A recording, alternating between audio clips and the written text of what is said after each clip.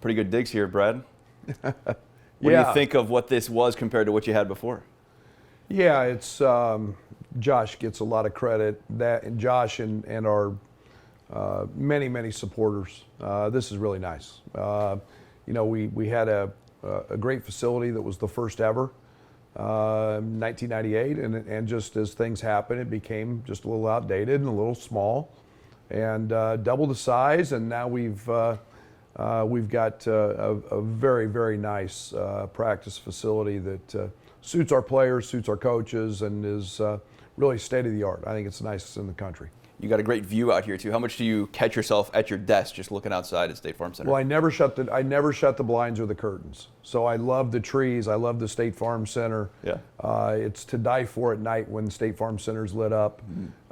So yeah, I'm very spoiled, and I sure don't take for granted how nice that view is across the street. It's year 7. Like, how do you process what that is? It seems like yesterday, at least for me, we were just sitting here talking to you over there at your introductory press conference. Yeah, the first 2 years were hard, but they had to happen. And to think that we've had a lot of success, we've had a lot of quality players. I've had great staffs, but you almost pinch yourself thinking that it's the start of year 7, and it's been a lot of fun. It's been a lot of work. I'm surrounded by great people, which makes it enjoyable to come to work every day and coach these guys. But there's been a lot of fun. So I'm very blessed, very fortunate. What stands out to you most about one thing, or can you pick one? Oh, I think it's our fans. I sure don't ever take for granted the sellout crowds in State Farm Center. The moments celebrating them, some great victories, how loud that building gets. We've turned that into really one of the nastiest, toughest environments in all of college basketball. That stands out. Then to see guys graduate, guys move on, be successful, to see this being built, all those things are really important in terms of the growth of a program. And but I love being a part of what our fans bring and the enjoyment that we can give them. So that's I think one of the bright spots. What sticks out most about what you have left to do? We haven't won a national championship. I've got a lot of room in a trophy case back here. We got to keep building, and I'm never satisfied. I'll never stop pushing.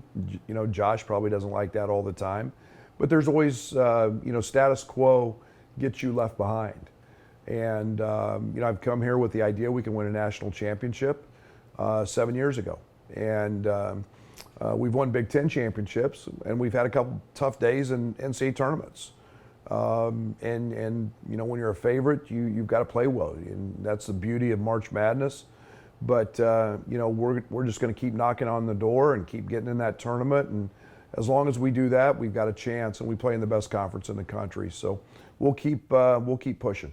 I've heard Josh say that tournament title, you win it, you're a #1 seed, that still kind of hangs in the balance. He said it's kind of still a scar tissue for fans in that sense. How do you view that season with so much expectation? Is that still motivating you? Is that still part of your kind of desire to move this program forward, that you didn't have success in that big moment? Yeah, we just had a bad day, and that's the beauty of it. I think you look at any great program, they've got a history where they've had a bad day, and I don't let it bother me. I think it's a lesson more than anything else. You have to learn the abruptness of the end, and that team hadn't been to the tournament, and we had not been to the tournament in a long time at Illinois.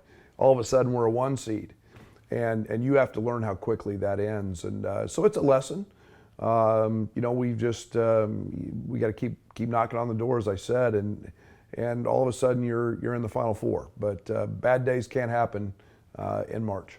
Have you changed anything as you go into this season or in the last couple of seasons about that NCAA tournament? Yes, it is so erratic sometimes for what it is. That's also what makes it great, right? Have you and your staff evaluated that and changed anything as you go into this season? I think we've tried to stay very consistent with who we are. It's everything we do in this program, from a basketball side, it's how do you win when the ball doesn't go in, and that's been very good to us in the regular season. The Big Ten's a brutal conference. It's very challenging, very difficult. It prepares you. And, I think it's just a matter of, we've had a couple of really tough draws, in my opinion, the last 2 years. We get a Houston team that's, I think it was number 2 in Ken Palm. We get an Arkansas team loaded with lottery picks. So, it's a matchup. I don't worry too much about it. I know when we get there and it'll be right. And last year's team was a lot of new guys. We were really young. So we'll just keep knocking on the door. This year's team does not look like last year's team in terms of that experience. How much was that an emphasis for you as you went out and constructed this veteran team? Yeah, it was a major priority. And, we had a tough spring, a long spring. As Terrence and Coleman went through their process, you don't know what they're going to do. And they were being educated on the NBA, and as they go through that, you're not sure who you can get in the portal. And we knew we wanted to get older. That was a priority. We knew we wanted to add shooting. That was a priority. And I love the guys we've got. We've got 3 grad transfers. They've all had 30-plus minutes a game for most of their careers at great programs, and they've had success. So you put that with our veterans. Now Terrence and Coleman come back. And now we've got what we think could be a very deep team, as well as a very experienced team. Take me into that April-May scenario. I know there's not much you can do, but do you just sit here and think about all the scenarios? How do you approach that when you don't know what your roster is going to look like? So went through it with Kofi and Io, if you Right, remember. yeah. And I'm a planner by nature, and I like the old school way was you pretty much knew your roster. You started to put it together in the spring. And summer was now just instituting your philosophy, what you wanted to do. You knew what that team looked like. Now, and I've just stopped. I don't do any of that anymore. We go clear into June, really the start of school. We don't know what our roster looks like, who we'll have. So I don't want to waste a lot of energy on something that may or may not be. And until we've got them all here on campus, then the summer becomes a little more figuring things out. Defining, looking at pieces. We can watch a ton of film, but again, it's unsettling to say the least. But it's also a really good thing when you got guys in the draft. It means you've got good players, the portal has been something that's been a success for us. Going back to Plummer and being all league last year, Terrence all league. Matt had a great season for us. So we've got to keep doing our due diligence in the portal as well. Has it been hard for you to change philosophy-wise how you build a program, how you go about it with the portal, all these things? I would call you, in my terms, an old school coach, right, in that sense, but you had to adopt some new school policies, if that makes sense. Yeah, I've got a really big advantage, I think. I was a junior college coach. And as a junior college coach, it was adapt or die. You might have 8, 9, 10 new guys a year. So you didn't know what your team looked like. And we're a little bit back to that. I feel great because we got a lot of guys back. And we got a lot of really good players and high character guys. And, from Luke as now a 3rd-year guy, Coleman returning a 4th-year guy. And then, you get Sincere, you get Dane. Both have been with us for a period of time. Nico Moretti joined us a semester. So you feel good about your veterans. Ty Rogers, played major minutes. And so you've got a good nucleus of veterans and a right mix of new guys. But it is very much a junior college mentality, and it's not foreign to what I've seen before. Sure. How much do you need Terrence and Coleman to be those guys, to be your leaders on the court? We heard last year that was in question at times. You were searching for leaders. Have you seen those guys step into those roles more? Oh, major growth. And people forget last year that, Coleman was coming off a sophomore season where it was a little up and down. Terrence and Matthew were both new to the program. We had a plethora of freshmen who didn't know anything. And then Luke, who's a dynamic leader, breaks his foot. And so all of a sudden we were searching and we didn't know, they didn't know who was that next guy up. And now you have guys with so much experience. You have additional pieces in Marcus DeMoss, Quincy Guerrier, both great leaders with a wealth of knowledge. So it's not just Terrence and Coleman having to do it. They've got a lot of help. What stands out to you most about what you've seen from Justin, from Quincy, and Marcus so far? Maturity. They're very matter of fact. They're very detailed. There's very little wasted motion. They know how to practice. And there's tremendous value in that. Their attention to detail. They're all great listeners. So they're trying to pick up on our terminology and little things that we do. And you tell them, and they have the ability to absorb it and process it and then go out and do it. And we're freshmen. It takes a ton of reps. These guys know exactly what they're doing on the court. I get the sense it's a little bit of a fresh air for you. Oh, it's great. Yeah, it is. It is. There's no doubt. There's no substitute for experience. These guys have all had major league success in big games throughout their career, and so they know what to expect. And it's just a matter of refining the things that we do compared to some of the things they've done in the past. Maybe the only area you don't have a lot of experience is point guard. How have you seen Ty Rodgers come into that and take over that position? Yeah, he's been great. I've said it many times. I didn't do him right last year. He was a point that because of his rebounding, I felt our team needed rebounding last year. I played him a lot at the kind of a point forward and even some power forward spot. But he has spent all spring, all summer. The Spain trip was great for him. He's a guy that is one of the best athletes, not only on our team but in the Big Ten. So he's got physically the tools to do a lot of things, and he's been great. Then you add Nico and Buck and Draven Gibbs-Lawhorn. So there's Marcus Damascus played it. So there's a lot of guys there.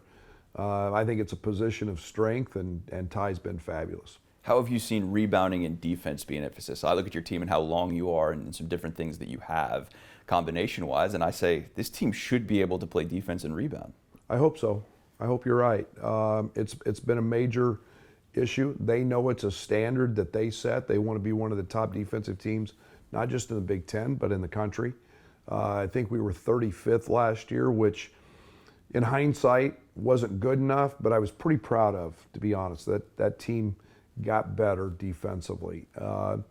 But to go where we want to go, we got to be a top 15, top 10 defense. And we have positional size at times. It can be really good. Two of our best athletes, Ty and Terrence, at 6'6", 220 on the perimeter can do a few things. We all know Coleman's one of the elite defenders in college basketball. So, it's about everybody working together. I have a saying, you're only as strong as the weakest link in your chain, and we've got to put everybody and get everybody on that same page. What about shooting? How far has your team come this year? A lot. I thought we were a good shooting team last year. We took a lot of tough shots. And we probably took too many. 42% of our shots were threes last year, which with that team I was okay with. But we took a lot of contested shots with 14, 15, 16 seconds on the shot clock. And so we didn't always look for the best shot. This team's running much better offense. Marcus is a 40% three-point shooter. Draven Gibbs-Lawhorn has been our best shooter throughout all of fall. Obviously, Luke Goody, back and healthy, is a guy that's been 40% throughout his whole career. So, you get guys that make shots. Justin is a high 30s guy at Utah Valley. So I feel like we recruited shooters and guys who are going to make them, and it'll be a strength of this group. We're going to find out in December what this team is made out of. That 1 week in there where you go to Rutgers, you play at Madison Square Garden against the Final Four team, and then you play at Tennessee. What will you find out about your team in that stretch? Yeah, I think that it's you put those moments into a non-conference schedule to find out who you are. Obviously, we got Marquette here very early in November. Sure. They're a team I think is top 3 or 4. Most people think in the country. So you've got a schedule that's filled with challenges. Nothing like the rack to open league play. think it's the hardest place in the league to play.